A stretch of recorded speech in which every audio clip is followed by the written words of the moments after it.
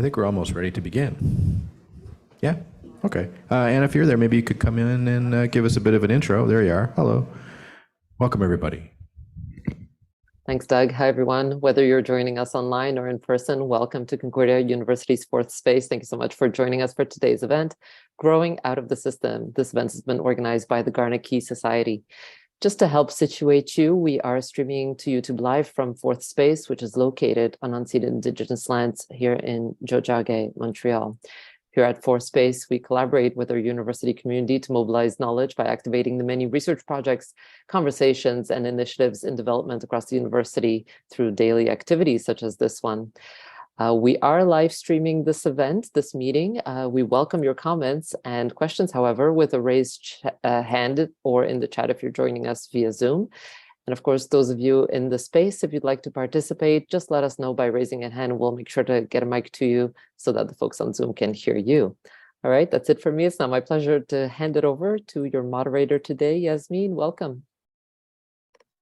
Thank you so much, Anna. So good day, everyone. Thank you so much for being here today, whatever you're joining us here at Fourth Space Concordia or virtually on Zoom or YouTube. Now, I would first like to introduce myself as Yasmin. I'm part of the 65th Garnet Key Society here at Concordia. And it is our mission this year to support homeless youth in Montreal. And we're doing so through our partnership with La Maison Tangente. It's located in Montreal, in Maisonneuve. It's a transition home for young adults who are aged between the 18 and 25.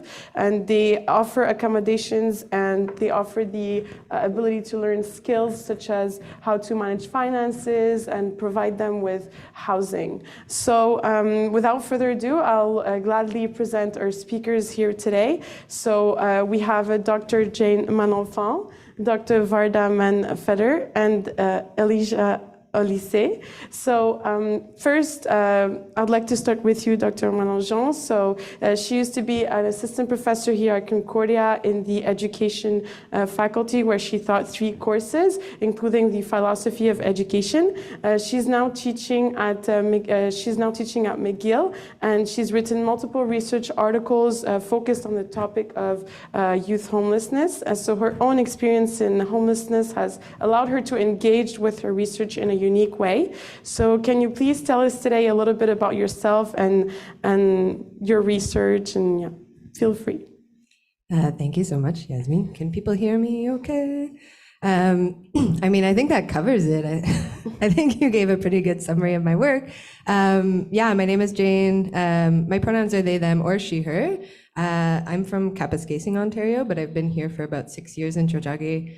And yeah, my work begins in my own experiences with youth homelessness and educational disengagement while I was a homeless young person.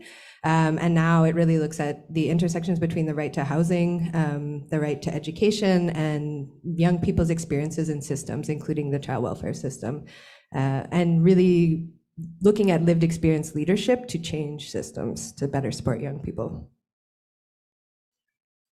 Well, thank you very much for that. Now next we have Dr. Varda Mann-Feder, who has been a full-time faculty member at the Applied Human Sciences since 1992. She has taught as a seasonal instructor in psychology at Concordia between the years of 1984 and 1992, and has worked as a consulting psychologist in the child welfare system in Montreal since 1976. So she has also taught she's also teaching multiple courses here at Concordia. And yeah, I would like to know a little bit more about you. And I know that you're part of Care Jeunesse, and if we can just explore that so that the audience can know. Thank you, Yasmin. Very complete whole biography there. You mentioned I started my career as a psychologist in the child welfare system, and one of my major mandates there was I supported staff who were supporting young people who were moving out of the care system. And frankly, we weren't doing a very good job for many reasons. I hope we're going to talk about that. It was a real struggle. There were many, many obstacles for those young people leaving the system. And so when I transitioned to becoming an academic, I really devoted my research career to exploring the experiences of those young people, which, by the way, up until the 80s, I know this sounds like ancient history to many of you, but up until the 80s, we paid very little attention in Canada to the situation of young people who grow up in substitute care and then have to make it on their own after. And so that became the focus of my research, and I was blessed to engage with a group of young people who in 2013, got together to create a youth in care network. And a youth in care network is an organization run by young people for young people. There's a whole series of these all across the country. And Quebec was the last province to have one because we have an English system and a French system.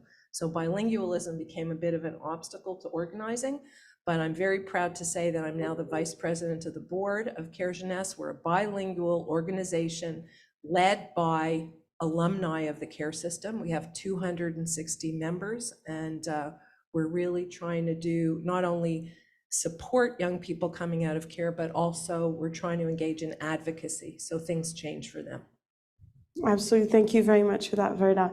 So lastly, we have Olise, who's the founder of Black Holistic Care Youth Housing Center, a community organizer devoted to building social community infrastructure for young adults who have experienced care. So his social work values are directed towards community building, the BIPOC artist development, housing, community-based policing, and anti-Black racism. So Elijah himself experienced the transition from childcare to adulthood at a very early age. So can you please share with us a little bit more about your experiences and how it shaped who you are today?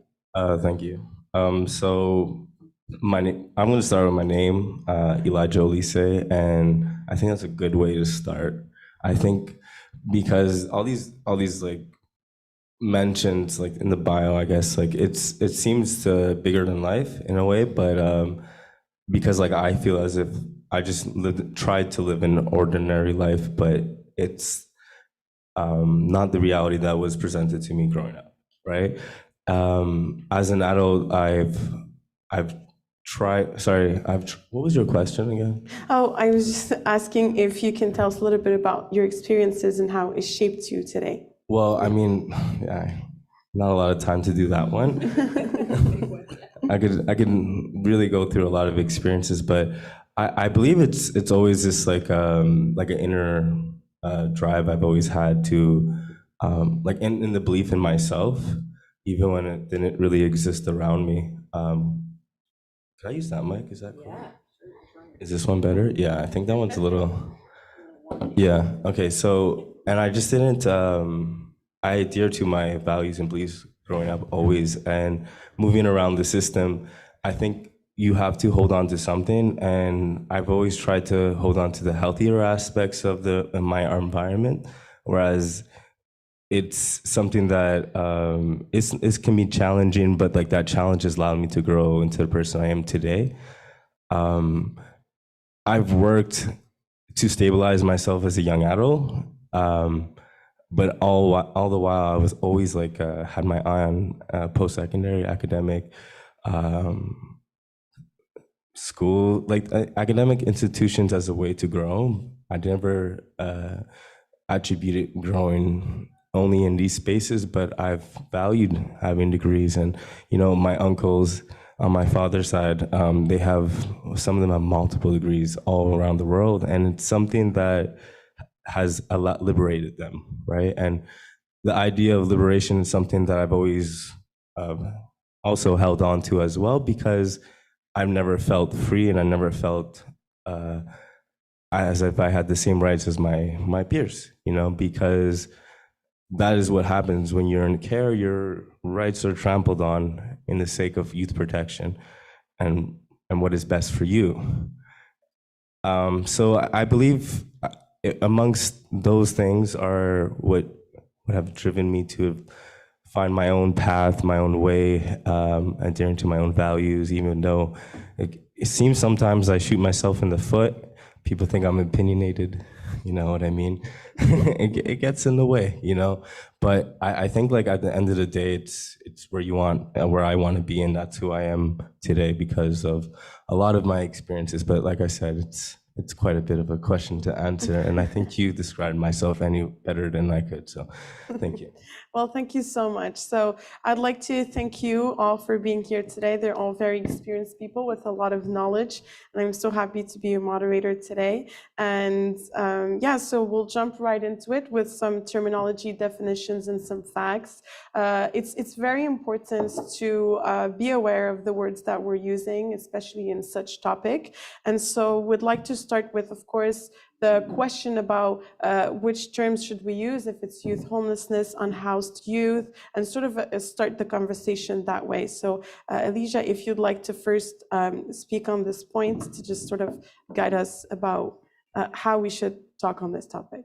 I mean, I guess we'll just go back to how our conversation in preparation to this panel, you know, where Dr. Jayne actually mentioned language, and within her own research, working with youth who experienced homelessness, right? And just it not being who you are, like the kind of like, you know, what is a trauma-centered, trauma-informed care. I prefer holistic centered engagement, right? Because it pulls the center of the practitioner to the youth, right? And that's the idea of, like, why you've asked me this question, and the rest of the panel. It's how can we talk about these issues in a way that reflects the reality of the youth when we're talking about building policies and programming. Well, we need them to co-design it. And if we're using language that's not accessible to them, it doesn't reflect their reality, it just reflects you as a practitioner, then it doesn't equate to the solution you're looking for. So I think also when we were talking, it was like youth who aged out, and you're like, question that, right? You're like, yeah. And then we came up with youth young adults who experienced care. You know what I mean? It's in relation to nothing. We didn't invent it. It's just mixing around words that make sense, right? And reflect their reality, our reality, and the reality of the work that we want to get done. So I think I could go on to a few others, but I would prefer to only name one other and just pass it on. And it's transitional support, you know, transitional support housing programs, and like holistic ones in particular. It's the idea of the age-based cutoffs, legislative supports that youth face once they age out. The reality is our peers, you know, the majority of us live at home for quite a bit of time. And it's not the reality for youth who age out and who don't have a social network, no social capital. So the idea of holistic transitional support programs, like housing ones, are to fill those gaps, right? Provide the care, provide the support, housing, skill development, you know, community, all in a community base, right? Those are the ideas of how we can provide that support into transition into independent living, right? So I want to pass it on to. Of course. Good, and then I'm going to say something about context. Oh, sure. Yeah, I agree with Elijah. I think there's a duality to defining things as well. So I say young people with lived experience of homelessness, but also that's not how I described myself when I was a teenager. I wasn't like, I am a person with lived experience of homelessness. And so I think having choice with how people define their own situations, but I would also say having a broad definition of homelessness when we're talking about youth homelessness. So that might not only look like street involvement or sleeping in shelters, but it is also encompassing hidden homelessness. So when I use the word homelessness, I'm talking about any person who doesn't have a safe, stable, affordable, reliable home, like a roof over their head. And so I think a broad definition of what housing precarity looks like, one that is accessible and works for the people involved, and one that is dynamic. So we're continuously learning about what homelessness looks like for different people. And so we want to keep changing how we're talking about it to actually be encompassing what's actually happening for young people. I want to just, and so this is maybe the teacher in me, I'm always asking myself, so what? Like, why are we even talking about definitions? And I think it's important to explain to people that in Canada, not just in Quebec, but in Canada, child welfare systems are very much centered on protection. I mean, it was embedded in what Olise mentioned, protection, which means safety, which means they're very risk averse. And a risk averse system is top down because you can only manage risk through control. And so what ends up happening is a lot of the systems of care and the systems with which young people who are marginalized young people interact are very top down, where they don't have a lot of say about what happens to them. And they don't even have a voice in terms of how they're referred to. And so the whole issue of language and liberation, I love that you said that, Olise, they're very connected, those two issues, language and liberation. And the other thing that I think is really important to think about is stigma and the ways in which young people who face various kinds of challenges are stigmatized and how language becomes a part of the experience of stigma. So part of what I believe, and I think we have a lot in common, the three of us, we had a great pre-meeting. I think part of the goal here in being here today is to try to destigmatize some of this, not just in terms of our explanations of what the experience is about, but also in terms of the language we use. And the thing I think that's great about that is everybody can help with that. That's not just in the purview of those of us who are more closely involved. I don't know. Yeah?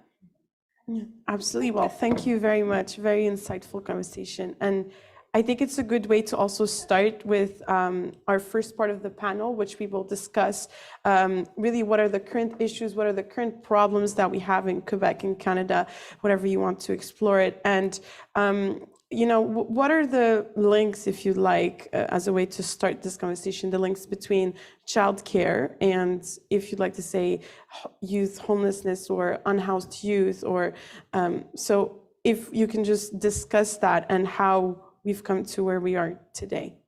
Yeah. I can start. I mean, I think that the links between child welfare systems and youth homelessness are really well established. We know that there's a high representation of youth who experience homelessness that come from care.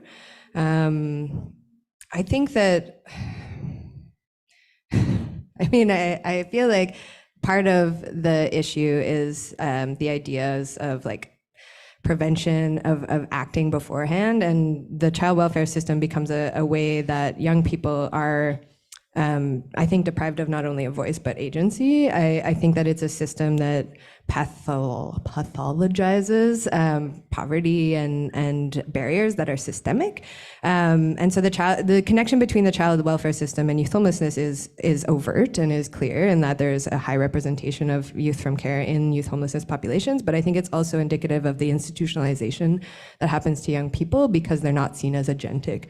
I think that both systems also, we can see the overrepresentation of particular communities. So we can look at the ways that the child welfare system has acted as a colonizing force in Canada, and see also overrepresentation of Indigenous peoples in homeless populations.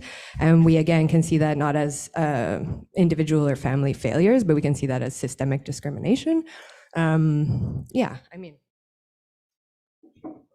Ready? I'm sorry? You go first. Okay. So we all have so much to say here. I guess, well, there's a whole bunch of things. One of the things that we touched on as well in our earlier conversations is that on paper in Canada, our commitment all across the country is to promote family life and to promote healthy family life for children in Canada. That's the discourse.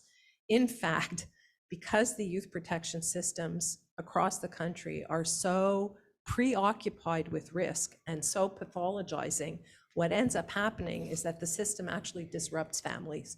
And so what we've created is a system where we're spending lots and lots of money to provide substitute care to young people, when in fact, and you said this, Olise, if we gave the money to the families, that would be more helpful. So we're in this kind of weird situation where we have created, and I mean, we have these big bureaucratic child protection agencies in every province. They're provincially administered in every province in Canada. And let me just say, there are 60,000. One of the problems also, we don't have good statistics. There are about 60,000 children and youth in Canada who've been removed from their parents and placed in alternative resources. And with a huge overrepresentation of Indigenous children and also visible minority children.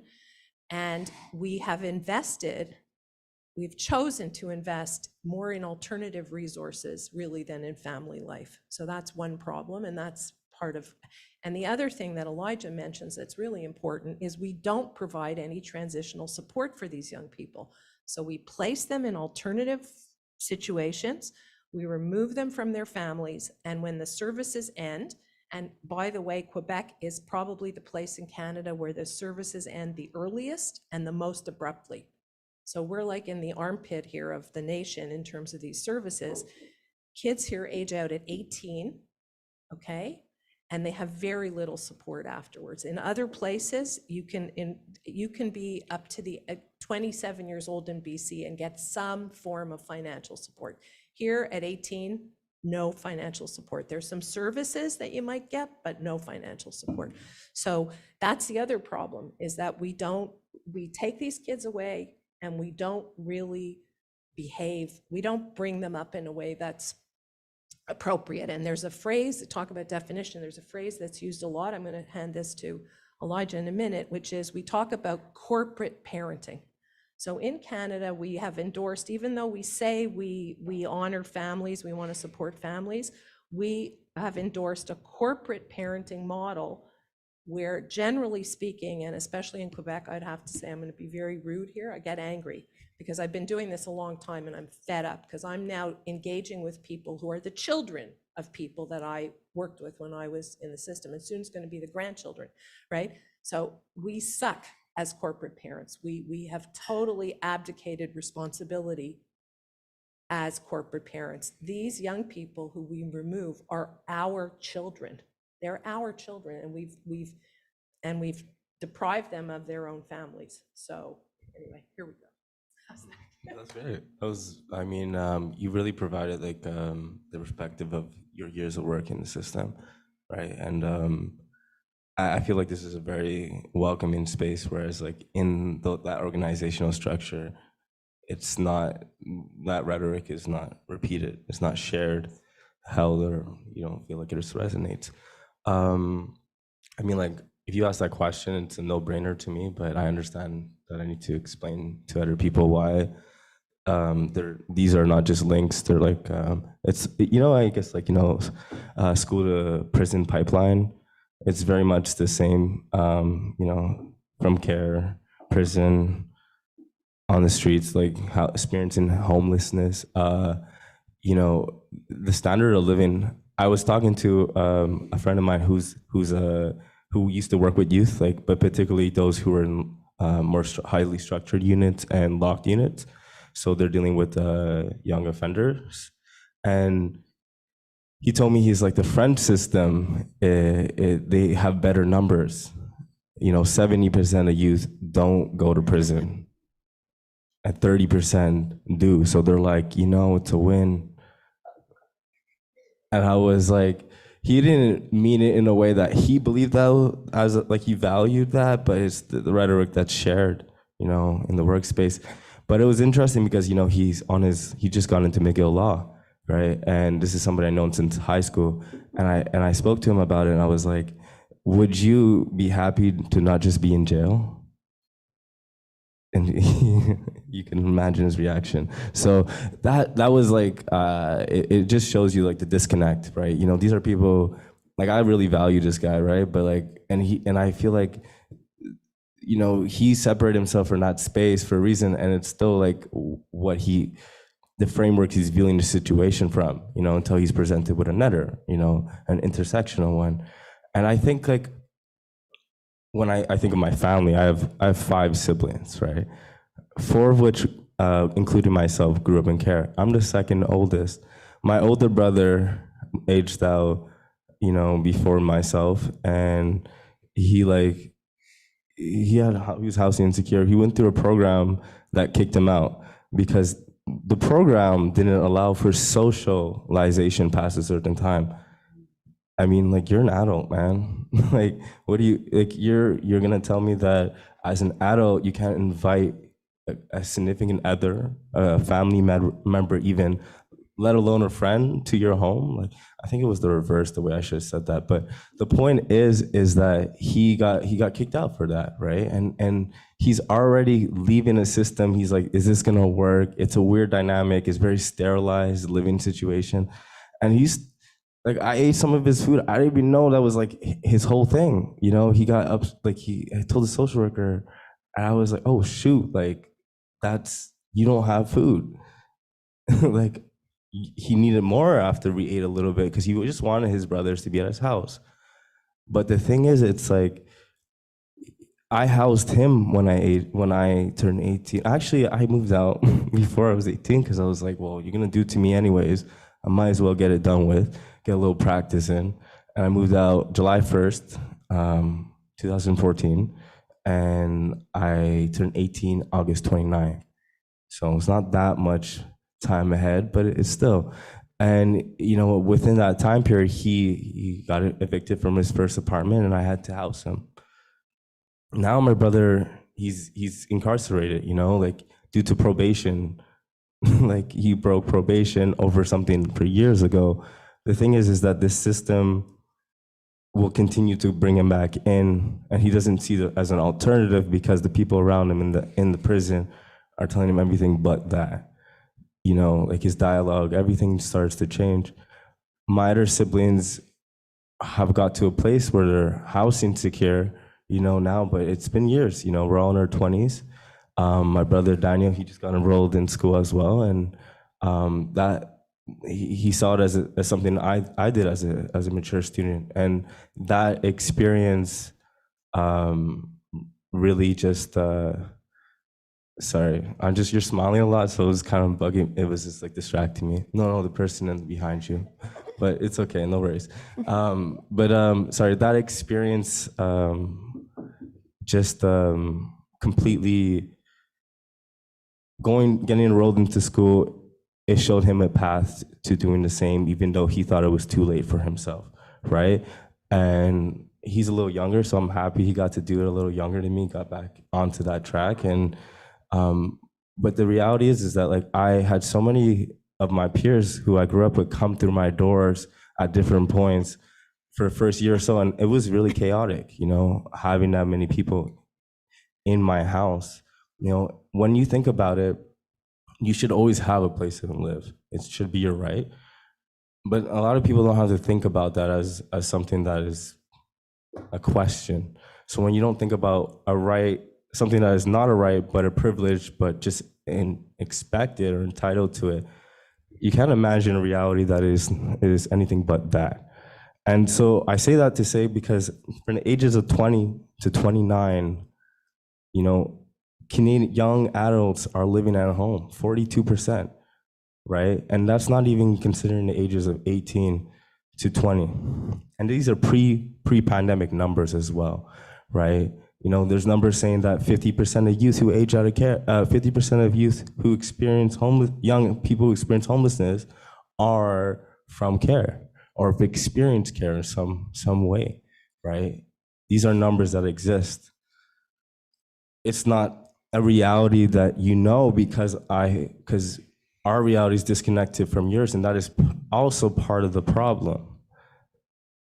The social connection, the social capital, the social network, it's non-existent, right? In a lot of ways. So when we try to create it with our minimal resources, it's not very sustainable, but thank you. Absolutely. Well, thank you so much for your insights. And I think I have a kind of a question about, you know, how much do you carry the system with you once you're in it? You know, once you hit the age of 18, for example, here in Quebec, like it does follow you, especially according to your brother's experience. But what has, you know, the current situation right now? Are they doing anything to sort of improve that? And when you hit the age of 18, like, what are you being told? What is the system sort of showing Like, what is the system giving to you before you become like a young adult? Do you want to go first this time, Elijah? So I listened to the first part and then I was drinking water. So, but I'll try to answer your question the best to my ability. And I think I'm gonna need you to repeat that question. Sorry. Yeah, of course. Like, you know, because you have been through the system. I remember now. Okay, good. So for me, it was like, I think I can only talk for myself, right? And I think like speaking to others, like I have 3 other siblings I talk to all the time who went through care. So it's different, you know? And even the work I'm doing, I've had like mixed reviews. Mm-hmm. Yeah. And, but like now it's like it's a happy thing in my family, 100%. But the thing is, it's like, why I say that, I've only been doing this for about 2 years, you know, actually it's 2023. So about 3 years are going on. And before that, I worked in sales, you know, and I had a solid thing going for me. But before that, I had odd jobs, worked in restaurants, did a lot of hospitality, you know, and I was trying to raise money. I guess it's fitting, but I was trying to save money so I could really secure myself, go back to school, like figure things out, pay for things I never had, like, you know, laptops, you know, like I actually buy that while also getting into school. Anyways, so those were things that were on my mind. Coming from care, I kind of just, like, if you could picture like, I don't want to use this Harry Potter reference, but like a dementor coming, like grabbing on you and just get the hell off me with like one of those spells. I was doing that, and I was away from that. I just pulled myself, like when I said it was chaotic leaving care, I meant it. So I had to remove myself from that situation, even though I really wanted to help my peers and friends to see them reach their potential. Because unfortunately, like some of the people that I wanted to help are actually dead now. So like that's not a reality that I can help anymore. I can't go to them and be like, look, I'm in a place that I could support you, and be like, here's some support. I can't do that because they're not here on this earth. So, but in that moment, I had to like really hold on to myself, what I believed in, and I didn't want to become cold. I love myself. I love like my humanity, that I'm a caring person, even though some people have taken advantage of that. I will continue doing that and feeling empathy, but I just needed to do that towards myself at that point. So, and the system was like everything that I would have hated about myself. You know, everything that, all the negative things that I had in my head, you know, like the viewpoints that I'm dysfunctional, I have deficits, you know, I have a problem, like, what is it, ODD, oppositional defiance disorder? Like, that's insane, you know what I mean? It's like, did they realize I'm Black? Like, this is a different reality that I'm going through. And it's like, sometimes the authority is the problem, and naming that, speaking truth to power, then lands you in deficit, a mental health problem, a pathology, as you guys are saying. You know what I mean? It's the idea that if you're just experience your trauma in a space that's supposed to be safe for you to do so, it's a problem. They're normalizing, saying that that's an issue. You know what I mean? This trauma-informed centered practitioner way of doing things is very separated from like holistic centered engagement, right? And I feel like without realizing that's what I was trying to practice on myself, and only like in 2020 I really got involved. I started working in nonprofits, and at the end of 2019 I was volunteering in youth drop-in centers, and my like civic nature, I guess you could say, like my service to community started there. It didn't start with Youth from Care, so it didn't follow me to the point where I was like, this is it. And I just want to. There's this one thing that really stuck with me, and it's like Ubuntu. It's a South African term, and it's meaning humanism is found through our interdependence, collective engagement, and service to others. And I feel like along those lines is what was driving me to finish my 9 to 5 and go straight to volunteering, right?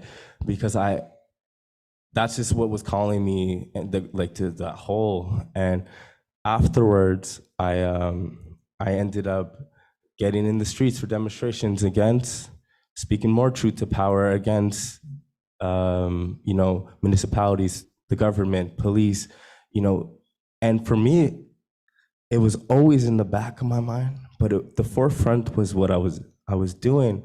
And I think that it resurfaced into the end of the summer of 2020 when I was like, how can I action these beliefs? How can I do something about the way our community is and who is the most vulnerable that I could focus on? And I was like, well, fuck. It's a no-brainer. It was me. So I guess that's when I was really had to reconnect and get back into things. And it was like a can of worms in some ways but I didn't compartmentalize it. I was ready for it. But in some ways, these follow people it follows you forever. It's how you view yourself when you look in the mirror. You know what I mean? It's what you think you're capable of. I've seen the most intelligent people think they can't do. Anyways, yeah. I feel like I really want to give space to others to speak. So. Of course. Well, Varda, I think it kind of goes back to your point about control, and he mentioned how they were probably giving him some diagnosis and stuff like that. And I think it kind of goes to your point about control and to sort of assess the risk around it. So if you can explore that. But yeah, or Something directly to what of I course. was saying, but if you want to talk to that. No, go ahead. Jayne, it's fine. Of course. Well, I was just, I was relating a lot to many things that you were saying, and I think the ways that the system follows us around, like why also the first time I got a stable apartment, like I experienced homelessness for the first time at 15. I had people living with me, and I've tried to find that out. How can I support members of my community and other communities? But the system prevents communities from taking care of themselves, and the state does not care for us, and then doesn't give us the resources to care for ourselves. But I think the ways that this follows you, post-secondary is not presented as an option for youth from care or youth experiencing homelessness.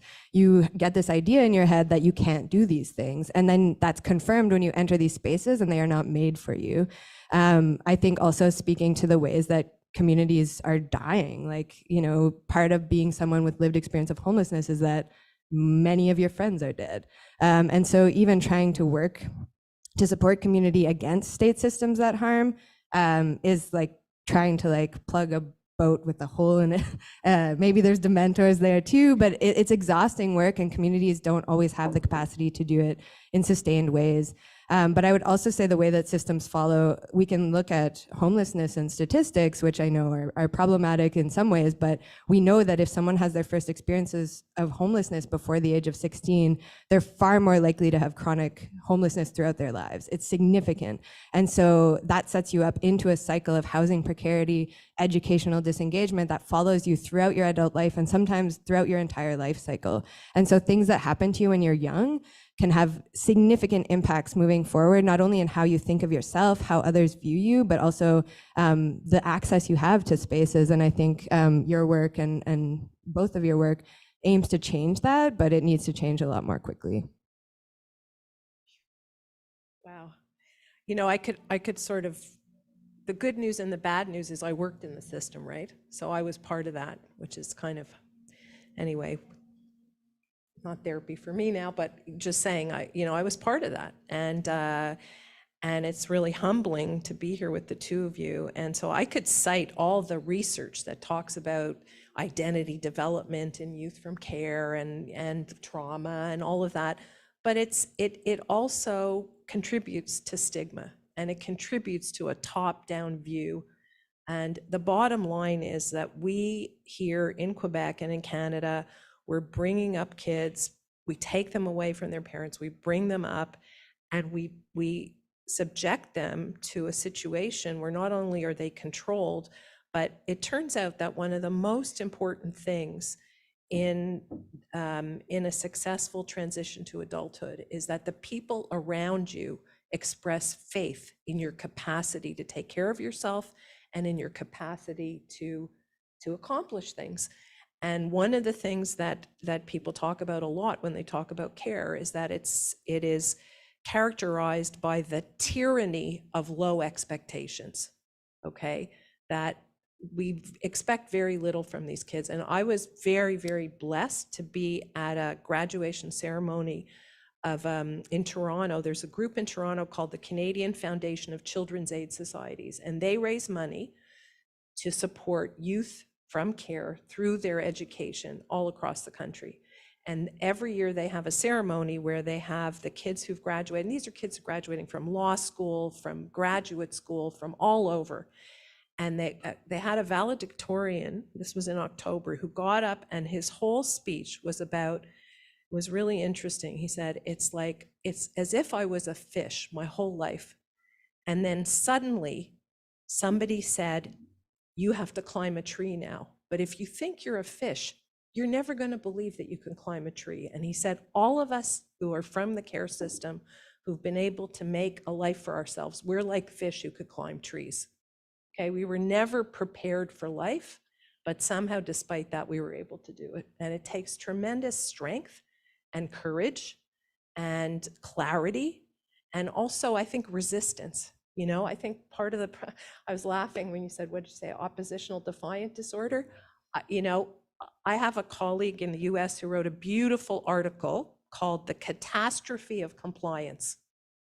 Compliance, learning to be compliant, is a catastrophic outcome for anybody, okay? Because being compliant does not prepare you for life. And care systems love compliance in kids. And we label kids who are non-compliant instead of seeing any person who's developed a sense of agency one day looks at the face of their caregiver and says, you're wrong. I don't agree with you. F off. I want to live my own life. And when that happens to you in care, it's like a hammer comes down on your head. Okay? Instead of saying, wow, this is an emerging personality. This is strength. This is what we should nurture. So that's what I want to say about that. Yeah, well, of course Sorry. So I think these are all very interesting points in that they sort of, we can see clearly that there's a link between how you've been, how people have been seeing you and sort of describing you to yourself, and how we could potentially to lack of, if I can use the word, like maybe self-esteem. And would you think that that sort of, the fact that you were always being told things about yourself, but maybe the fact that you can't explore yourself, do you think that can also lead to sort of the situation of being unhoused and facing all these challenges, or is there more than just that? I have to say this. I mean, I think that yes, absolutely. But I think there are much more fundamental problems than that. And yesterday, I taught a class. One thing that makes me totally crazy, Elijah and Jane, is when I go into a place where young people live and the food is locked up. That makes me so crazy, okay? Because that is so, how can you even talk about self-esteem when you can't get food when you're hungry? And when you don't have the right to just eat when you're hungry? I don't get it. So to me, that's like, you know, Maslow's hierarchy. Self-esteem is way up there. We're talking about people who are on a very basic level, their needs are not being met. And so psychologically, you know, of course, yeah, you can't develop self-esteem when the people around you are giving you negative messages, but you can't develop self-esteem when you're going through puberty and you're starving and you can't get a bloody banana at 2 o'clock in the afternoon. Like, that makes me crazy. You're hitting all my hot spots here, sorry. Yeah. No, when I was in care, like the food being locked up, I was like, I love snacks, like cookies especially. I had a nickname called Cookie Monster because I just love cookies and ice cream The combination's amazing, but you gotta microwave the cookies first. But the thing is that yeah, they locked the food, and some staff would be like, "Yo, they understood the program, like they got the assignment. They came and gave you the cookies when you wanted the cookies because that's what they got, and they give their kids. Like it's cookie time, right?" But the thing is that even at like 15, I could think I could know when I can eat my own cookies, like how many I could eat. I'm not like I have any health problems in that sense, and no, like there was a staff and she would eat food and be like, no. And I'll be like, wait, so you're telling me that you're literally hungry right now, you're experiencing hunger, and there's no empathy to say, this child is maybe hungry too. And so I would actually just break into the cookie, the closet of food with cookies to get my cookies all the time. And that was my story, I guess you could say. Because I think like, yeah, cookies should be free. But look, then it becomes conceptualized as stealing, right? Going for food and a lot, anyway. But I just want one other thing, I'm going to give this to you, Jayne, which is these are systemic problems. I don't want you to go out there thinking everybody who works in the child welfare system is cruel. We're talking about underfunded agencies funded by governments that do not make children and youth a priority, okay? It's a political issue. When did you hear the word child in the provincial election running up to the provincial? We didn't hear it. So I don't want you to hate all the workers either. Yeah, I was going to say something similar that like individual supports. No, go ahead. Individualized supports, holistic supports, like Elijah's been talking about, but systems change. And that everything I've heard and in my experiences as well is that like an individual worker who is great, who is often breaking the rules to support that young person, can change someone's life and can save someone's life. Teachers, social workers, but the majority of the system and the work that is organized within that system is not serving young people. So individuals are important, but the system is what we have to focus on. So yes, individual self-esteem and individual growth is important, but the system itself is what inhibits that. And I think the ways that we treat people who are experiencing homelessness are the way we treat children in general, which is that they don't have agency, they can't make choices, and if they're not going to follow the rules, then they don't get support. So many young people I know get kicked out of school, or school is not a safe place for them, and then they lose their housing program. And so then they are on the street, they don't have access to school, they don't have access to supports. And so it's really placed on them that they failed or they stole cookies, so they're going to get kicked out.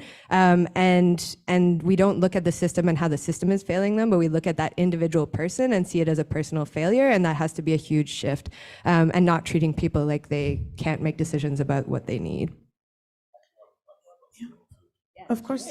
If that's okay with everybody.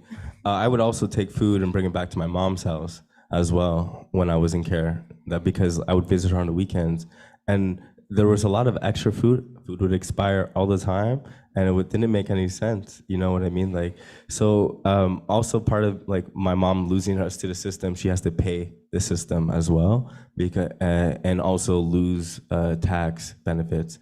So it's like it's a cycle, right, that is created with poverty. It's just stacked on, right? Imagine like, oh, now how am I supposed to get my kids back? I can't afford to do a lot of the things that they're requiring me to do. And so like food, like coming on the weekends, showing that we can be there, showing that we can be supported at our house is part of the process of getting back home, to say, oh, she could do that. But if you're coming back hungry, then it looks like she's not doing it, but you're not providing any food for her, any other additional support. So I would just take food back and provide that. But like the self-esteem, self-worth, it's so important. I like to think of like what BHC, YHC, like a lot of the focus is on like house insecurity and financial security, but like skill development. But when I say basic community practices, like we have to think about more than just giving somebody the superficial needs, but like what they've been missing, right? And yeah, these links are there, and like you could attribute it to these very like surface level things, but like if you want to get radical, which means not extreme, but just providing root-based solutions, that's what you need to do. So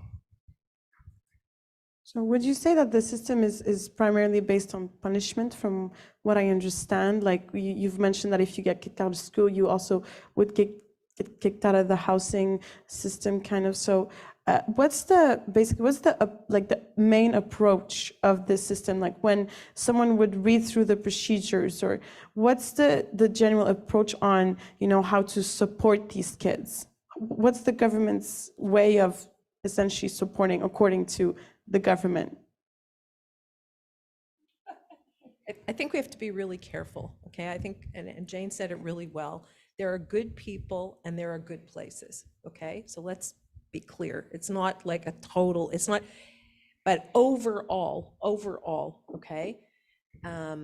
Overall, the system and because we also have to talk about the application of child protection legislation, how youth end up in care in the first place. It's all protection oriented and safety oriented. I wouldn't say it's punishment oriented, but it's protection and safety oriented. And when you're preoccupied with somebody's safety more than their self-esteem or their connection, their feeling of connection, or the quality of their relationships, you're just trying to keep people safe, you become very controlling, okay? So I would say, and if it's punitive, it's because out of a controlling, very controlling top down, you don't have a choice, I'm going to protect you. I mean, people do this with their kids and families, right? We all know about people like that. And if you're so obsessed with protection, then a lot of things go out the window. And I think that's the problem. And that's why it ends up being punitive. It's not because the goal of the system is to beat people. It's more like there's a fear. There's a fear that if you're in a group home and you have, well, there's budget problems, there's the economics of it. But if you're in a group home and you have free access to food, then there's not going to be enough to go around. So there's always this kind of this catastrophizing and this preoccupation with protecting people from harm. And what is hard to explain is that when you're obsessed with protecting people from harm, you actually cause harm. So that's all.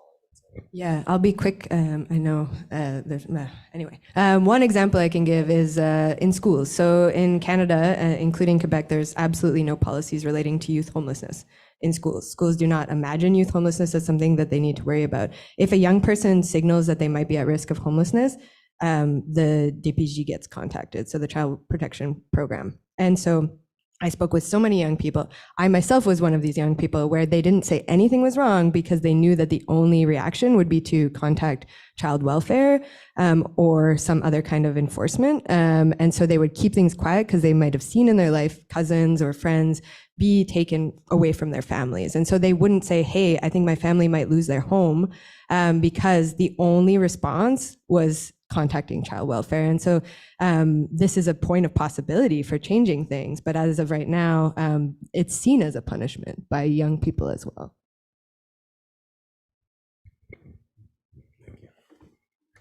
I was just like reflecting on a lot of what they were saying. Okay, so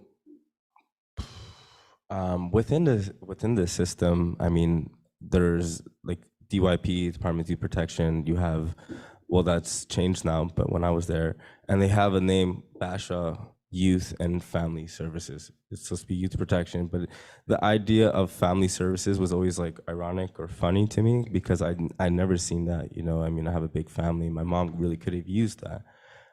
And, you know, talking about money, it's like what, 60,000 per kid who's in the system.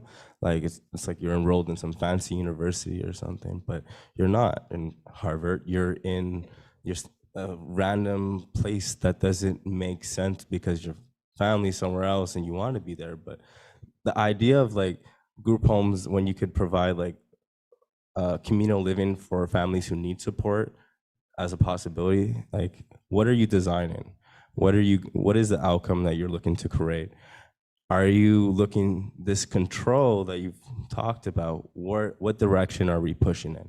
And who has been, not to say but there are people who hold power and decision-making ability that speak for all, and who are, if they were in that reality, I'm highly sure that they would change a lot of those policies, because I always said when I was in care, how can you make choices in my life, but you don't get to experience the outcomes? You got to go home and do whatever else.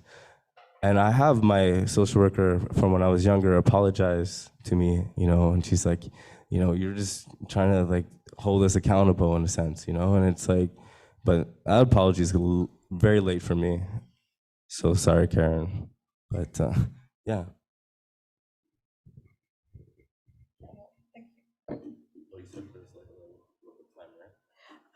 Yeah, sure, if you want. You need? Okay, perfect. So I think now we'll jump into the second half of the panel. Thank you so much for your insights. And now we want to talk about actually growing out of the system. So how can we improve the system that we have right now in Quebec? Essentially, if we can dive into the details of what's lacking and what could help the system that we have in place. So I know you've touched upon some just right now about how if you haven't experienced it, then how can you make policies around it, right? So if we can start off with that, I mean, any of you, welcome to speak upon that. Yes, I think Elijah is 100% right. I think the fact that decisions are being made by people who don't have those lived experiences and actually have very different lived experiences is ridiculous. And unfair and inequitable and ineffective.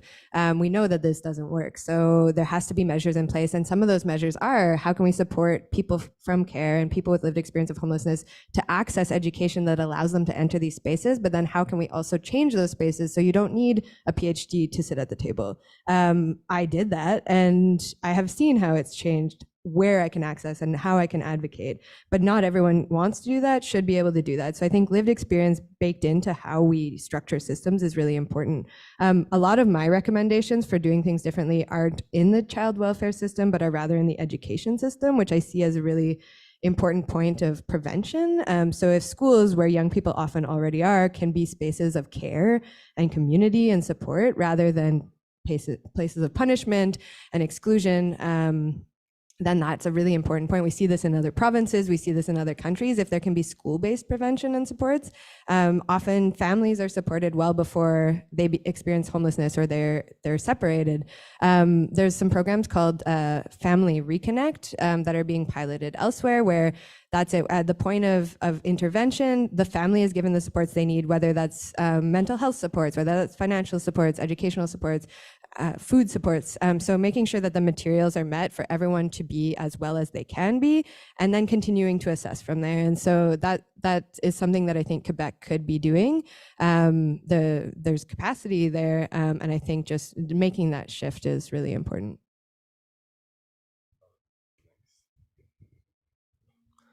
Yeah, I mean, I really enjoyed the preventative lens or the frame and how you see it being most useful and effective in school and education systems. Because, I mean, if I could, I like to be story-based. So I remember when I was like 14, realizing that the system, like the schooling, I was like a bit of a black sheep. I don't like to use that term, but I was stigmatized. And the idea, what I'm saying is, when you're youth in care, from foster kid, group home kid, they know automatically, and it's a different experience that you get even from your teachers. Like picture like when you in class, maybe you had a problem or an issue, and it was then told to the principal or like the teacher. Forget about the principal. Bring it back to the teacher, just talking to your parents. And that experience with somebody who knows you, who loves you, speaking for you on your behalf, and then trying to figure out a plan to better your education and to do better by you, is not happening when you're in the system. It depends on who picks up the phone first. Like, imagine you're like, if Jennifer picked up the phone, oh my God, I would have been on punishment for a whole week just because I forgot to do my homework, instead of like providing help to make sure I could manage my time to do my homework. You know what I mean? Because like that was a executive dysfunction I definitely was dealing with. So the thing is, it's like that path, where there's like a fork in the road. You make choices that then have like long-term effects. And I remember to this day as not something that I'm responsible for, because what I was trying to do was get myself into school that reflected my needs and accommodated that, and also valued my neurodivergency, right? And I found a school, and it was a private school, but there was money, scholarship opportunities, and there's different ways. But I did all that at 14, 15, and all I was asking was to set up a meeting with them, because I spoke to the principal and everybody, and they were like, "This could be a great school for you," right? And that's not the opportunity. Instead, they sent me up north. Which, if you know up north, the different reality, because I was argumentative, challenging the program, and I would want to do my own thing, and yeah, it was a whole shebang. But like, if we can just like listen and just take a moment to listen, what's the problem with that at the end of the day? And I when we talk about changes, I think for me, it's yes, I want to support the people who are providing preventative support for families and for youth to not actually enter care, because at the end of the day, like that is like the goal. Like, you don't want any young people to grow up in care. But if I'm to like reflect on the youth of the 2000 youth who age out and become adults every year, I think like as policymakers, like this is our time, because to focus on there's a sense of urgency that needs to be adopted and felt, right? Because we are continuously pushing these young adults off the plank, right? And we're paying for the sharks and all the whole thing anyways. So let's just pay for it, a solution, right? Instead of creating more complex and compounded problems. And when community-based supports, I think like, why do we expect people who don't hold the capacity to provide the solution to do so, right? Like, we as a society should also extend empathy towards them as well, and how we can action that is by providing a community support for these infrastructures to work. As a community, we are accountable for that health, and if we're going to take that seriously, then we need to engage in the solution making ourselves. And yeah, I feel like I could give examples, but I love to hear your thoughts as well. Sorry, I was grabby there. I wanted to add two other things. This is so complicated. I think there are two other things that are really important to think about, and maybe at more of a systemic level. I think we have a problem in Canada, which is that we don't think of children and young people as having rights.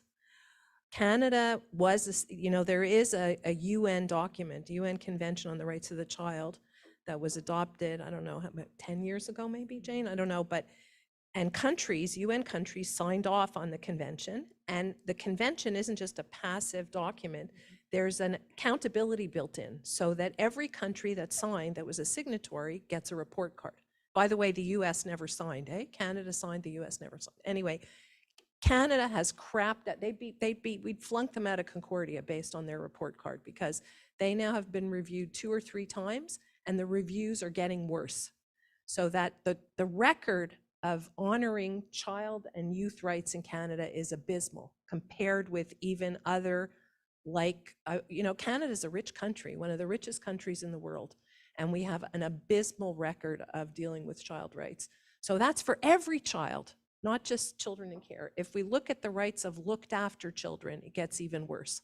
And there is a document. So the thing I'm trying to say is there are frameworks, there are blueprints. Jane's talking about there are programs, and I hear Elijah's advocating for caring and compassion and listening. But I think on a societal level, we don't really talk about children enough in Canada. Okay, so that's one thing. We certainly don't talk about children in child welfare. And in child welfare systems, we don't have an appreciation that those kids, even the littlest kids, they have rights. They have a right to have a say. They have a right to be consulted. They have a right to make choices about what they eat and what they wear and where they go to school. And we don't honor those rights. So that's one problem. I think the other problem, and this is where we have to start thinking about political activism, which I'm trying to learn about at my advanced age, is not easy, is that people are making choices about how to spend money in Quebec. And there are models all across the country for, there are tuition waiver programs in other provinces where no young person has to ever pay tuition to go to post-secondary school. There's money for housing. That's not dependent on whether you're a good kid or a bad kid. Everybody gets it. There's entitlements. And there are countries in the world, most industrialized or global north countries now have federal legislation where they legislate entitlements for kids who grow up in care, because there's they really walk the talk of these are our children. We don't have that legislation in Canada. That means if you're 18 in Quebec, you're out on your ass. If you're 26 in BC, you get support. It's unbelievable. So it's a tragic, the territorial injustices that are being perpetrated in Canada. And, you know, there was a commission here. I don't know if you're aware, a number of years ago, there was a death of a child in foster care, and they struck a provincial commission, and I was invited. I was very honored to go and testify. And when I said to people, and I gave them the statistics and said, you know, Quebec's the worst place to grow up in care in the whole country, they were like shocked. And these were important people. And I tried to shame them but it really is the case. So I think we also have to find ways to express to our politicians that we as citizens are concerned about young people, and they need to walk their talk. I don't know, they have some, I forget what the slogan is. There's some slogan in French about, you know, in Quebec we care about kids or something. Do either of you remember that? Anyway, they don't do it. They don't do it, and they're making decisions about how to spend money. So they put money into other things that are I think much less vital. I actually wanted to add to what you were talking about Quebec and like the unique experience here. One of the things I remember recently, like with the within the research we're doing and a public forum that's happening next month, is the class action lawsuit, right, against the federal government, right, and youth in care are the claimants, right, and that's not something that other countries have. That's something we have, because it had to happen because there wasn't that change, that transformation that was needed. So I think back to like C-92 and how Quebec government is fighting that right now, you know, and that is where they decide to spend their money and their energy. C-92 is the right for Indigenous communities to provide youth protection services, culturally Pacific ones, in a community setting, and to be resourced by the government. So provincially, the money is distributed to their own programs and their own services, but the federal government gives each province that money in the first place. So that's where it's like becoming a complication, where it's like there is no desire to collaborate, right? But these are rights that are held internationally. These are UN rights. And it's something that if you just take a moment to reflect on, why are you challenging that? And the only thing I would add is like, you know, like every time I read a statistic, like a new statistic, like 1 in 5, no, is it?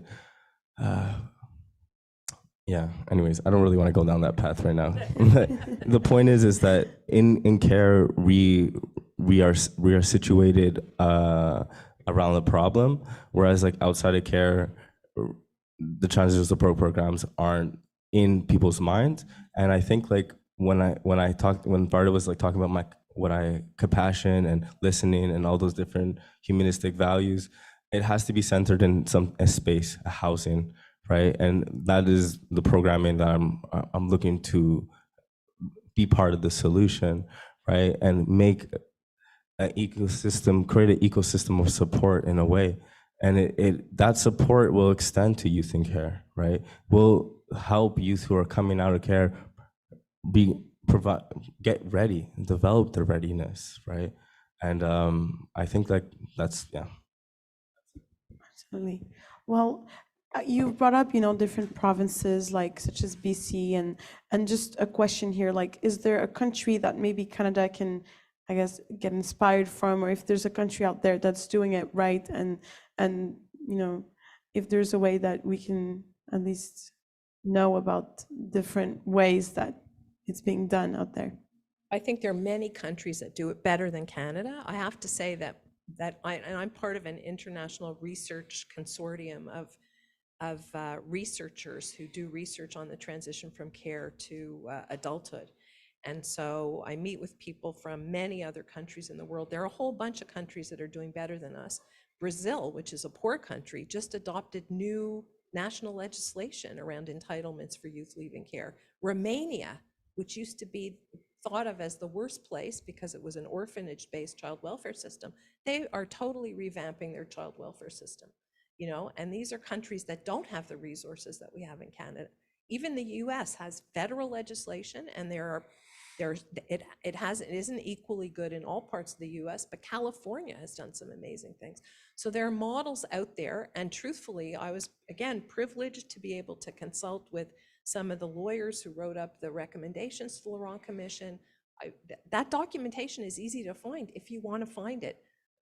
Just as Jayne's talking about, much better programs for supporting families. It's a question of will. It's a question of deciding that is a priority, right? And that fight. And Elijah's right. How much money it costs to fight this C90? The money's being put into other things. It's just not a priority. Absolutely. Well, thank you very much. Do you have to go? Okay, perfect. So now the question is, how can we as individuals here who haven't necessarily experienced it, how can we help? And I think Elijah kind of touched upon it. And I just want to know, based on your personal experience, and is there a way, like, and even as voters, like even as people who kind of have a say in this society, what can we do? What can we do to help?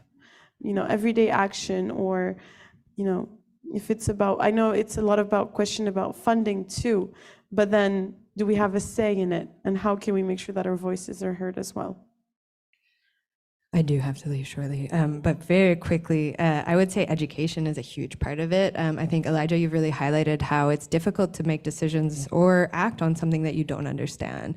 And so I think youth homelessness is something a lot of people don't understand. I think people sometimes even think it doesn't exist. So I would say learn, but learn with humility and learn from communities who are most impacted by these issues. Listen and think of how you can incorporate action into your everyday life. So maybe that looks like many different things. Political action can look like going out in the streets. It can look like lobbying. It can look like trying to put pressure on policymakers. It can look like raising funds. And I think all of those things are valid, and it will take all of those things to change the system. But I think education is the biggest piece. So many young people have told me, if I would have heard about what homelessness could have looked like for me in school and learned about it, it would be destigmatized, and I probably could have prevented it, because I would have said, hey, that sounds like something happening to me. So I think education about the realities of the system that are based in people's lived experiences is an amazing first start for everyone, including allies. Thank you. Yeah, that was really beautiful, eloquently said. Thank you, Dr. Jayne. I think I always ask myself this question, but I can't answer because it's not my reality. I think like I'm very pragmatic in nature based, and when I consider other people who haven't experienced what I've experienced, I can only tell them is to get involved, support, provide resources, and things that might sound ridiculous, but like, yeah, lobby your government, like actually be like, this is a problem that I want to solve. But it's really just about like, do you feel a sense of accountability as an individual within a collective to the health of your community, or do you feel separate? And it's like this division needs to be removed in more ways than one. It's not just for youth experiencing care, it's between each other.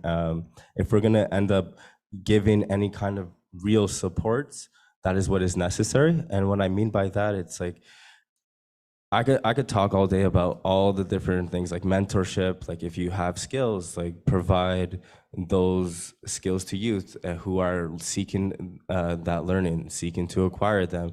Or I could tell you that, you know, we need money for housing, so we're trying to build a building, so do that, like give us that. Or I could be like, well, there is this like provide actual financial support. There's so many things that you could do, but the reality is it's like it won't be sustained unless there's like a collective transformation or cultural shift in how we go about providing social infrastructure, like social support to these youth, to any problem that is plaguing our society, because we're very reactive and not preventative based. So. Fantastic. I don't have much to add except to say there are things going on at Concordia. I mean, there are 2 bursaries that have been created. They're hard to find on the website, which is very unnerving because it's not easy for people who should have access to them to have access to them, but there are bursaries at Concordia. Care Jeunesse, which is the organization that I work with, that I've been mentoring, has a very strong connection to Concordia. Their offices are at Concordia. We are always looking for volunteers. We are always looking for donations. We're trying to create programs for young people who are out of the system and are looking for a sense of community. So there are many, many things that even an individual can do. If you have a little bit of time, you don't need money, get involved. And even when Jayne said before, it was funny, she said just one person who has a belief in you as a young person, that can make a huge difference in a person's life. The child welfare system, I don't want to advocate for the system, but they're always looking for volunteers. They need tutors, they need big brothers, big sisters, they need people to go in there and help them, and you can really make a huge difference if you get involved. Absolutely. Well, thank you very much. And, lastly, like I think Jayne touched upon it very well, but the stigma, and I think she brought a very important point about how when you get informed about homelessness, you can know when it's actually happening to you as well. And I think that, everything that was spoken about today is very interesting. And I would like to thank you for sharing your experiences, your research, your work. And so I can now open the floor for questions. If any of you have any questions that you'd like to ask, you can just feel free to ask to us, your questions, and they will give you a mic so you can speak in the mic. Feel free. Oh, cool. Nice. She's coming with the mic. Oh, she's coming. Yeah. Yeah, I have a quick question. It's possibly a bit of a naive question, actually, but when you were talking about how the system is very focused and centered around protection and safety, basically, and that leads to control, is the way you were describing it, of course. And in the last section of the panel, we were discussing, how can things possibly be changed or improved? I'm just wondering what kind of a balance can be struck, because obviously naively safety and protection is important to a certain extent, but how can a better balance be struck between that and not, having that sense of control over the youth that are being, let's say, cared for? I think there's a few things. So it's a complicated question.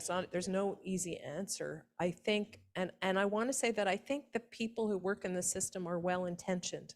They really are well-intentioned. Part of it is that our legislation is so protection-oriented. All of these systems are built to align with the legislation in Canada around protecting children. And every country in the global north has an organized system of protecting children. So a part of it is the way that the legislation is worded and biased, the way it's interpreted by judges, the way it's interpreted. So we have a problem on the level of legislation. That's one thing. The second thing is I think we also have a problem on the level of education. So it's only very recently that social work has been a profession for 100 years. But we have a workforce in Canada of people who call themselves child and youth care workers, and I'm very involved with that profession, who are actually the frontline people who engage with young people in alternative care situations. And they don't, not only do they don't have a professional status, they're undervalued, they're paid reasonably well in Canada, but we're in a transition in that workforce where not everyone there has had formal education.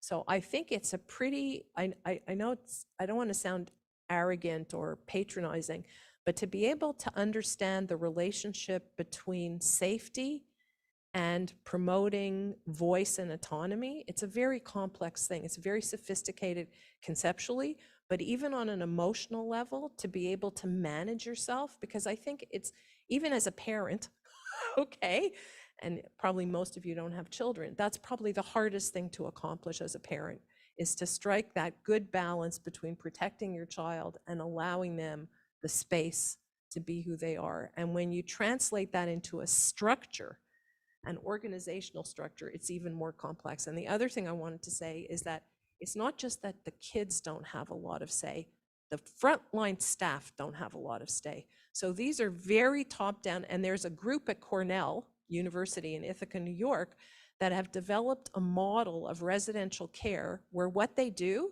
is they go in and they train the senior managers, because their vision is that in a culture of control, if you as a worker have no say, then how can you nurture children to have a say when you feel disempowered? So it's really about totally, I mean, it's organizational functioning that we have to look at also.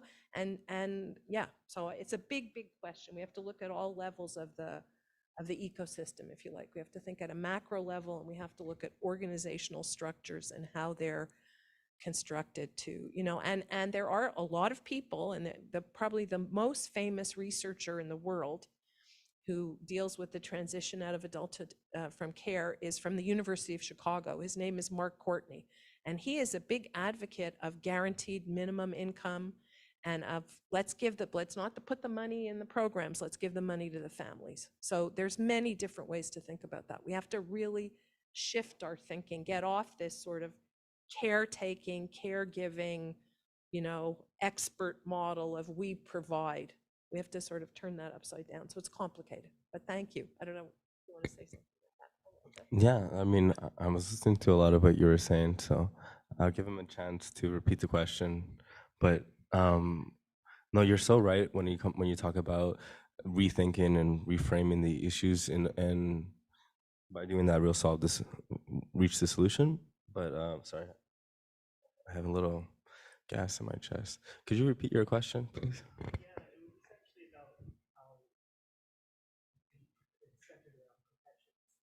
Mm-hmm. Mm-hmm.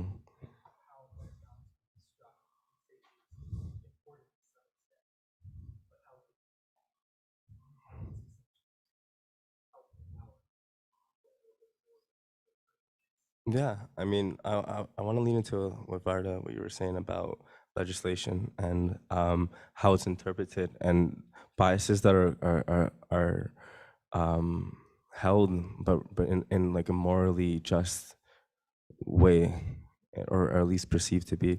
When you consider that there's like 1 in 5 Black Anglophone youth in Montreal are in care, that's a cultural difference, and it's why they're going to care. It's not because of, for the majority of inadequate supports, of a household that's not loving, of abuse and neglect. They're very, this is how it needs to be if you're gonna keep your kid, and people, indigenous communities as well, when you go, there's different practices. They have more, they have a developed agency from a younger age to be able to even hunt, what I understand, that is not something that's unsafe, right, for their communities. But if I give, a little kid a gun to go start shooting some animals in the forest, that's not respecting the animal's nature or the kid, and the kid will be unsafe. These are different. What I'm trying to say is that it's a cultural perspective that is important, right? We're in a country that has systemic racism as an issue, right? These are things that need to be unraveled and restructured in a way that reflects those that are being harmed, and to be able to be healed. Healing is what needs to be centered.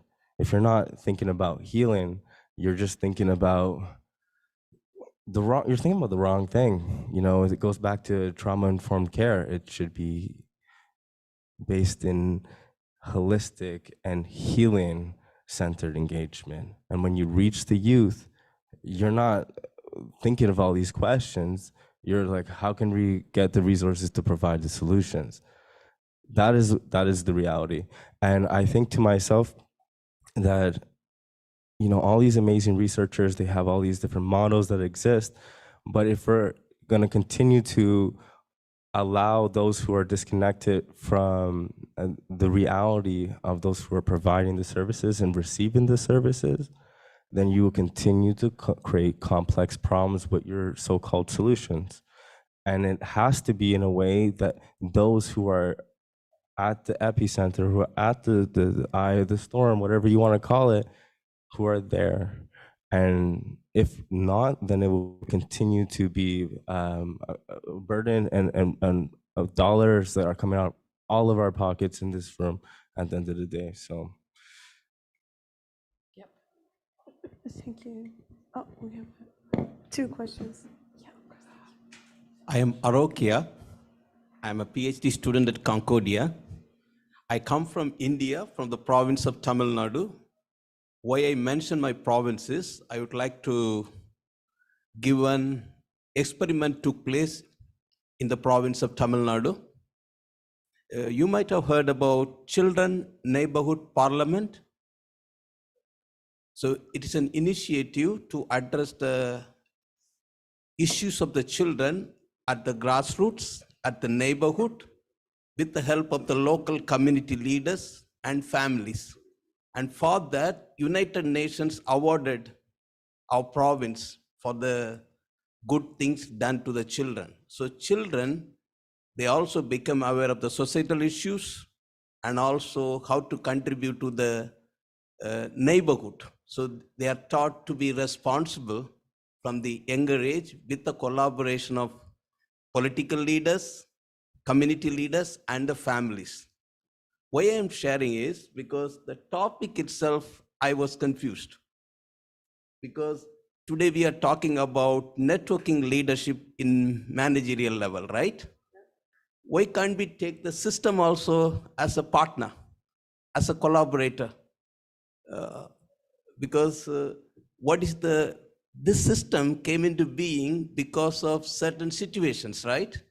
Yes, there are drawbacks, there are demerits, but can we also take them as partner, collaborator? Because at the basic level, they also want to contribute, right? They also want to contribute. So I would like to look at from that perspective of partnership. And another area I would like to highlight, because of the sharing, one of the resource persons, I think she left. She made a statement, you know, that after 18, the youth do not have resources. So here I would like to, if I'm wrong, you correct me, because I would like to look at the whole communitarian system. Is it individual based? Is there also can be a partnership between the children and the parents in their upbringing, or after 18 they are just asked to manage by themselves? So I would like to go into the societal perspective also, in the role they play for the upbringing of the children, youth. So maybe there may be a right to youth care, maybe to be initiated. Just I would like to share with you. I appreciate your credential naming and telling us that you are you're a PhD student. I really appreciate that, and your opinions about society. I was trying to decipher the question, so I think I'm gonna just name them. It's like, have you considered a societal perspective on these issues, individual collaborating with the system? I mean, like, Varda's here right now. That is a collaboration. We're collaborating. That is what we're doing. I mean, I think that, like, I don't want to sound rude because like I think you're an intelligent person, you have a PhD. I just believe that like you didn't name it saying that you're not sure what this was about, right? And I appreciate that because like at the end of the day, I can have this conversation where it's like, look, this is a complex issue, but at the end of the day, those questions that arise in the beginning are ones that we've crossed out already. We've already gone through those. So where it's like collaboration, I want to focus on that because it's like, how, I think what you should have asked is like, how can I collaborate? How can I get involved? How can I provide? You talked about knowledge of your home, right? How can you implement the learnings you received from back where you're from to the work that you're doing and also the work we're doing, because something drawed you to this room at the end of the day. It wasn't to let us know you are a PhD student, right? It was to be like, I want to collaborate. I want to be part of the solution, not the problem. And it's like, I love that Parliament, like for the youth that you talked about. It's just like locally here, for me, it's like we would consider, I do like an advocacy advisory committee with other youth who've aged out to how to influence my programming, even myself. I'm not like some people within these spaces consider me a unicorn, right? As somebody with lived experience and the competency to actually play a solid role in solving these problems, right? But the thing is, it's that I still need to collaborate always. I still need to co-design, work with many, many people because, like I say, everything about me is community-based, right? And if we're not community-based, then this individualistic idea of a person is an illusion. Your food, your clothes, everything that you need in life is connected to another person. We are reliant on a system. When I talk about resources, I'm not just talking about money. I'm talking about social capital. You talked about collaborating with the parents. The thing is that as a youth in care, when I come out of care and you're like, oh, this is your parent, now you could live with them. I grew up in care. I should have said this from the beginning, from the age of 3. Okay, so that is not 15 years I can make up with my mother and just say, hey, I'm at your doorstep. There's a lot of unresolved trauma and pain in that relationship as well. So it's like almost like, oh, can they just collaborate with their parents? Like it minimizes the experience of youth. And I get that like you in spaces like you talk and people value what you say, but in a space like this, it's like, I don't see how you value my experience if you just assume that it's something so easy. Because then I get to the point where I'm like, I've tried to live with my mother and now I have a better relationship with her. But like some of the people like at the beginning who were coming into my household were trying to do the same thing, but they were getting kicked out by their parents. There is trauma from the parent side of losing their child as well. You can't just oversimplify a trauma. Like these are things that we need to heal, else they just stay in like the adult cycle. Like you're losing your life. Your quality standard of life is never gonna uprise. And so all that to say, it's like 3 years old, all my siblings, the 3 of us around the 3 brothers, same thing. And we didn't have social capital. We didn't have a social network. We didn't have a relationship of support developed with our parents. We didn't get to a point where we had educators in schools who recognized our abilities to achieve success, reach post-secondary. Like I moved around so many schools. You know how many times you have to like meet somebody and you're like, oh, this is who I am, and like this is all the things. They know they have a file that comes with you. They're learning about you through the file before they learn about you because they're told they have to because you're a lot to deal with. I am, because I went through a lot.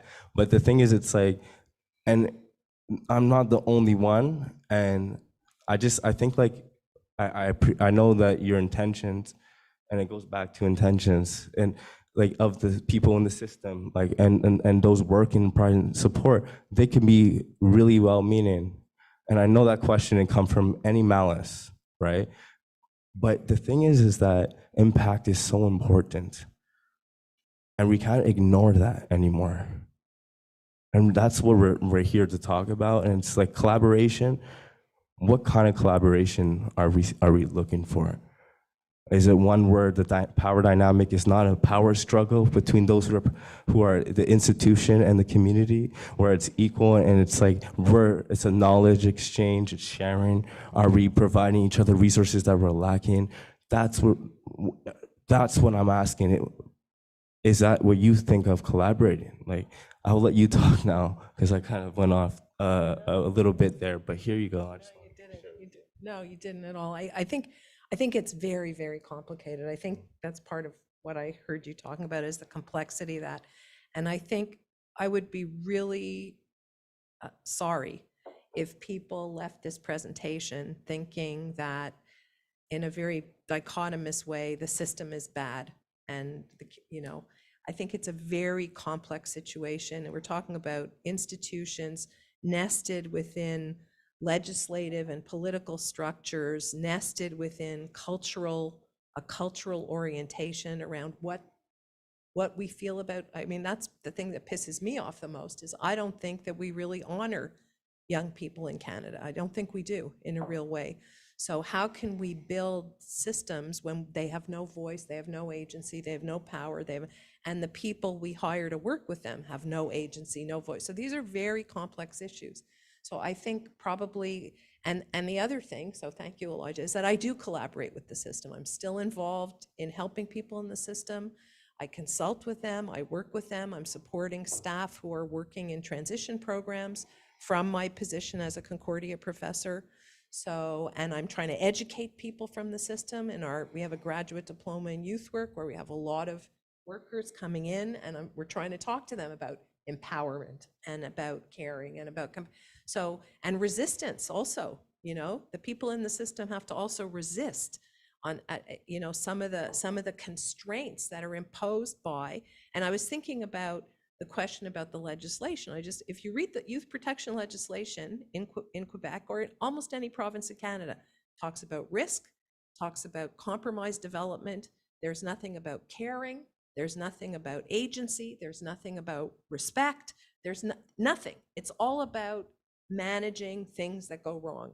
So I think, and I agree with you, Olise. I think it's not a question of being collaborative. I think me as well, for different reasons. I was working in the system that you were in, right? And it pissed me off. So we're trying to make change by expressing our resistance and talking about, so being collaborative, maybe we're past that, I don't know. But my view is that the people in the system would want to collaborate with us and that many of them would be very pleased to be here now talking about these things. Yeah. Thank you very much for your answers. Would you like to add anything? No, I agree. Okay, so you had a question too? Okay, great.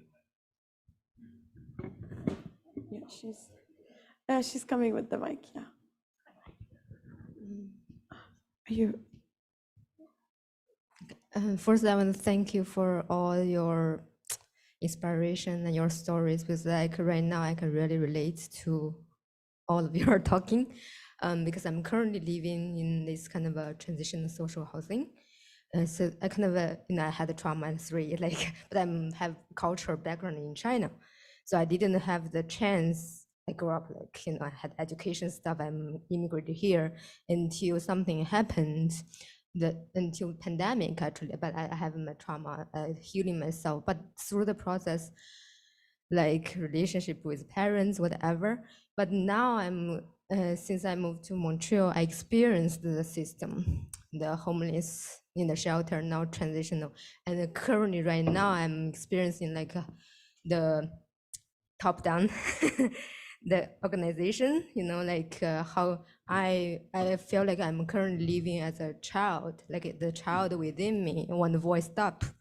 I want to break free from the system, break free and have my independence. I don't want to depend on the care, but like the system play the role in protecting like safety and providing the basic needs like food and the shelter. But I felt like the respect is not lacking, and you cannot speak your mind, you know, like and the security, like everybody has a different way sense of security. Like for me, I think right now, like I think I need to learn from the whole thing, like the whole system, and from you too. But I just like wondering, like as a child in that system, how can you really voice up and then collaborate with the, you know, the worker, social worker who work with you, and their top management, right? Like just like you're saying, like if they're, I can see that the worker they don't, like, you know, they are changing all the time. They're so changing all the time, and I don't know they have the voice to speak up.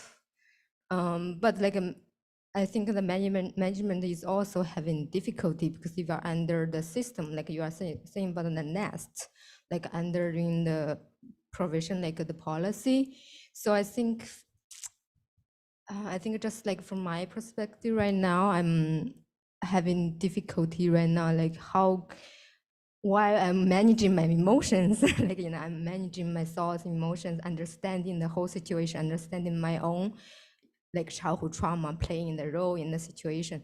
Like how can the child in this system, can you voice up and you know, like make the decision maker, like all the like leadership roles, or like even higher like a system to hear you, like really, and your voice matters. Like how can you play the role collaborating with all the stakeholders, like, you know, like you're seeing what's going on, but you don't have the resources, you don't have the you know, authority to speak up, to speak the issues, and they, you know, like, is there any like a space, like how can you provide a space for those people, like those children got hurt, and those stakeholders, those decision makers and policy makers can be there, and also like, you know, the caretakers, the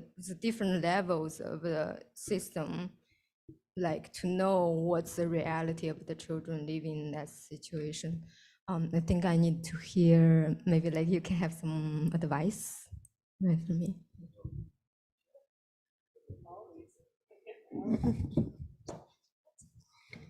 I was in my mind was like humbleness and like on the level of those who are holding power and those who are structuring the services, because if we continue to just make decisions that are not, like I said, based in reality, then we're gonna suffer the consequences of more problems, right? I think like the focus for you is important, right? Like there's something called a wraparound program. I'm just gonna break it down. It's providing a plan, you know, between philosophers, not philosophers, educators, practitioners, you know, people who are working with you, like intervention workers, and maybe possibly some mentors, like who can, not possibly mentors, those who have a similar lived experience or want to go down, who have gone down a direction that is similar to the one you want to go down as a youth. There's something to hold on to. I think like emotions are super important, and like when we like focus on controlling pathology, like negative emotions, instead of allowing a safe space to express them, like it's about designing that in the services, right? If you don't have a safe space to express your emotions and to feel like you could just be human, you're always gonna just kind of walk around like not allowing yourself to do so. I mean, everybody who has a home or been in a family situation has seen how sometimes family can be it can be hard. It's hard, and I know I'm not the only one. Family, like when it's healthy, loves you in a very unconditional way, and you can't replicate that. You can't make that somewhere else. I understand some homes, there is no love in that sense, and there's a lot of abuse and neglect, but that shouldn't be the reasoning to remove so many, children, right? There's no safeguard in the legislation to protect those who just need support. And then it's just like, what is the most effective way to solving this problem?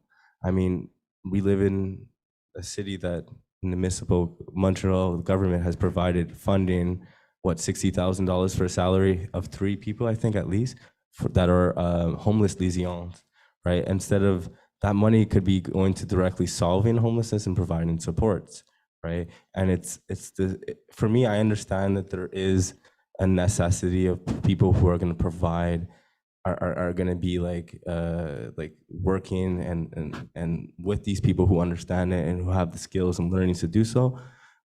But I've met them, and they're not past homeless people. They're not people who've experienced homelessness. So it's just another problem. So it's like, how are we allowing like that space to heal and to connect? Because these people are disenfranchised, they're disconnected, they're marginalized, right? They're falling between the cracks, and we're expecting them to, hey, just figure it out within the structures and things that we've created. Because at the end of the day, we're 2023, but a lot of these legislations and structures were created like decades ago, if not centuries, right? And that's the reality that we're living in today. And we're expecting to just normalize that. It's like, okay, no, like things were messed up, man. Like, I don't need you to tell you how crazy it was back then. And like I'm sitting here right now when I wouldn't have a few decades ago, right? That's the reality, And if we can focus on that as something like a reasonable standard, like how we approach life and how we organize ourselves, and we need to reevaluate and ensure that, you're not experiencing this, and like, you need to be able to talk to somebody who can actually help your situation. Like, but you found yourself here and we're having this conversation, and while I'm providing some kind of support, how are you going to end up being able to sustain it? But I want to give space to Varda to speak. That's so nice. Thank you. Thanks.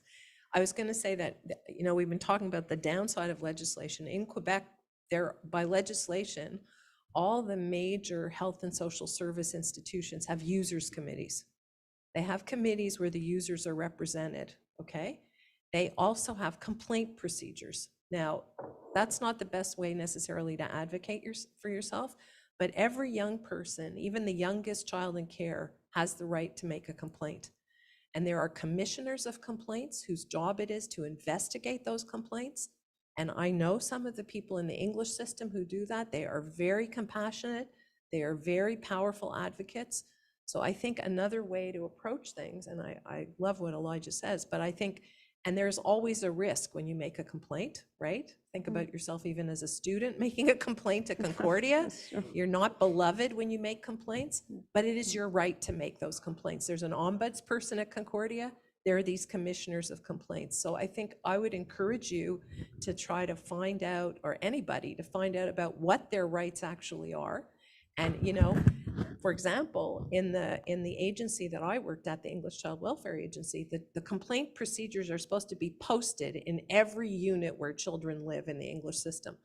I don't know where they're posted. They might be posted, they might be this big, and they might be posted in a corner because the staff don't want people to make complaints about them. But that is the right of those young people. And so part of what we also need to do, and even at Concordia, with my students, I say there's an ombudsperson's office. You have rights. So we have to educate ourselves about our own rights, and we have to educate the people around us about their rights. And we have to, sometimes it's an act of courage, essentially, to make a complaint. But in general, I would have to say my experience is that the people who deal with complaints are there because they want to be supportive and helpful. They're not there. So even when we talk about this mandate of control, I'm not sure how much that plays out. Maybe I'm being idealistic, right, Elijah? But I would encourage anybody, anywhere. And there are nonprofit organizations outside the major structures who have mandates around advocacy for different groups. You know, there are organizations that advocate for women.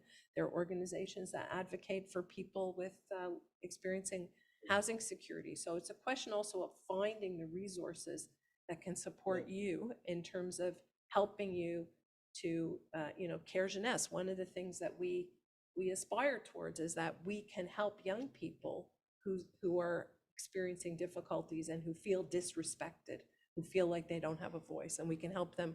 We don't have the resources yet to help them individually, every single one, but that's the dream.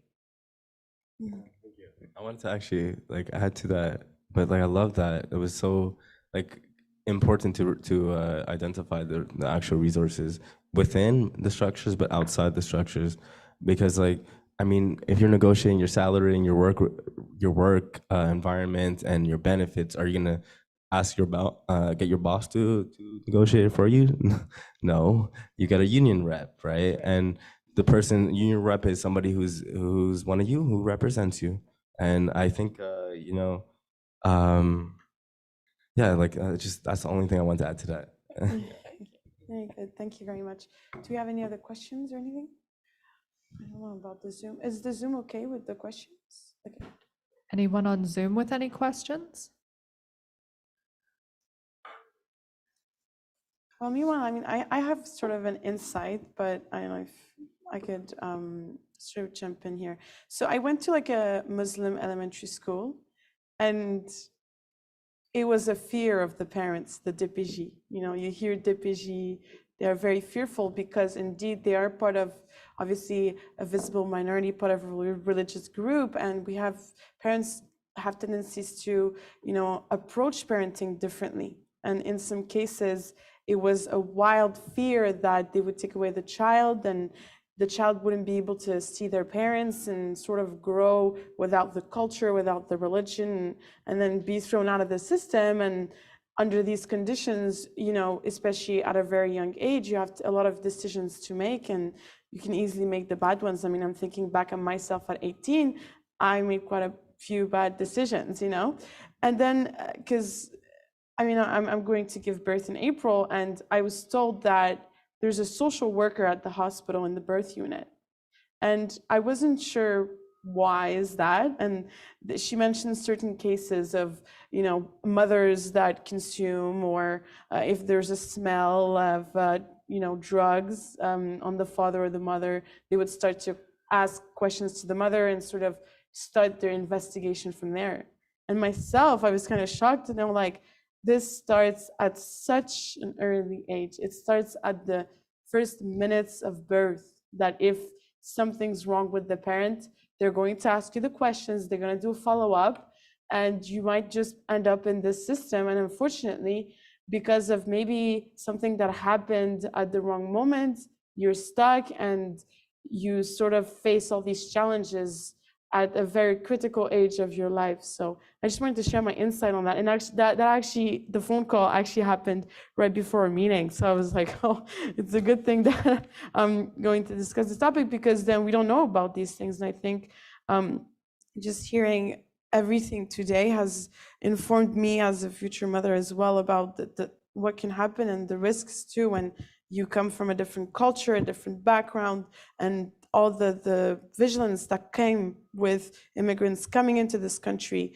And the community, I've heard multiple instances like, oh no, be careful if you do this, like you might have the DPG. And for some people I know from our communities, like once they get into it, it's very, very difficult for the families. And so, you know, like you say, it's not, there are definitely good people out there, but I think it's more about how the whole system is, it's not essentially, I think it's outdated too, like to go back to what the PhD student was saying, like the communal aspect is sort of missing. It's very individual. Since the first minutes you're born, you're viewed as an individual, you know, but those first minutes are crucial for you to just be on your mother's chest. You see, so there's like the human side, the parent, the motherhood, the fatherhood, the importance of that in one's life, I think is sort of disregarded in a way. That's my personal view on it, but I think it's so important to have a mother or some sort of parent figure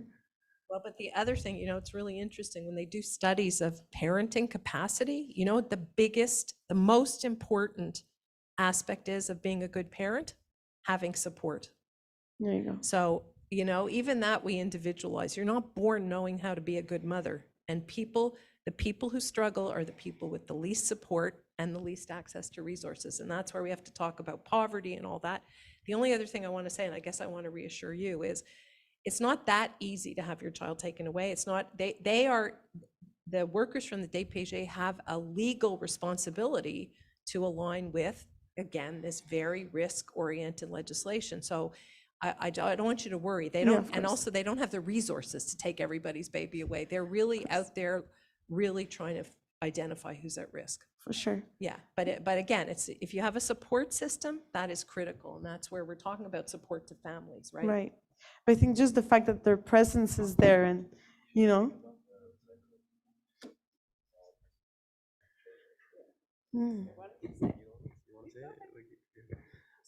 Oh, you're not. Oh yeah, we're at 31 actually. Okay. But Elijah has one more thing. You want to add? go As ahead. your soon-to-be mother, I mean, some YouTube. Congratulations, by the way. Thank you very much. I just want to start. But when I received that news, I was like, what? Like, I was just so afraid, and Yeah. it's reassuring what Varda just said. 'Cause- Definitely. yeah, but thank you very much. Very kind of you. No worries. I was just gonna say, as like mothers who leave the system, like that social worker is not at the hospital waiting for them. They're meeting with them before even like they know that they're gonna have kids, and there's a cycle that's created as well. Absolutely. But like support a long way. Well, yeah, and I guess what you were saying is there's intergenerational transmission, right? So those 100%. mothers were not well parented themselves, and that's because we haven't been able to give those families the support they need. For sure. I think that's a good thing to end, because then we were talking about family and parenting and how important that is overall. But that was pretty much a wrap. So thank you everyone for coming, even on the Zoom. And thank you for your question. And all good? Yeah? Okay, thank you very much. Awesome. Thank you, everyone. Let's give a big round of applause to the Garnet Key and our guest speakers. Awesome. Okay, well, we are going to go ahead, close up the Zoom, but thank you for a great conversation, and a reminder that this was being live streamed to YouTube, and it is available to rewatch right now, and you can share it with your colleagues. So thank you so much, and have a great day.